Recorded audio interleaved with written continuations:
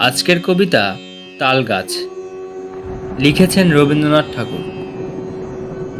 তাল গাছ এক পায়ে দাঁড়িয়ে সব গাছ ছাড়িয়ে উকি মারে আকাশে। মনে সাধ, কালো মেঘ ফুরে যায়, একেবারে উড়ে যায়, কোথা পাবে পাখা সে? তাই তো সে ঠিক তার মাথাতে গোল গোল পাতাতে ইচ্ছাটি মেলে তার। মনে মনে ভাবে বুঝি ডানায়েই উড়ে যেতে মানা নেই বাসাখানি ফেলে তার।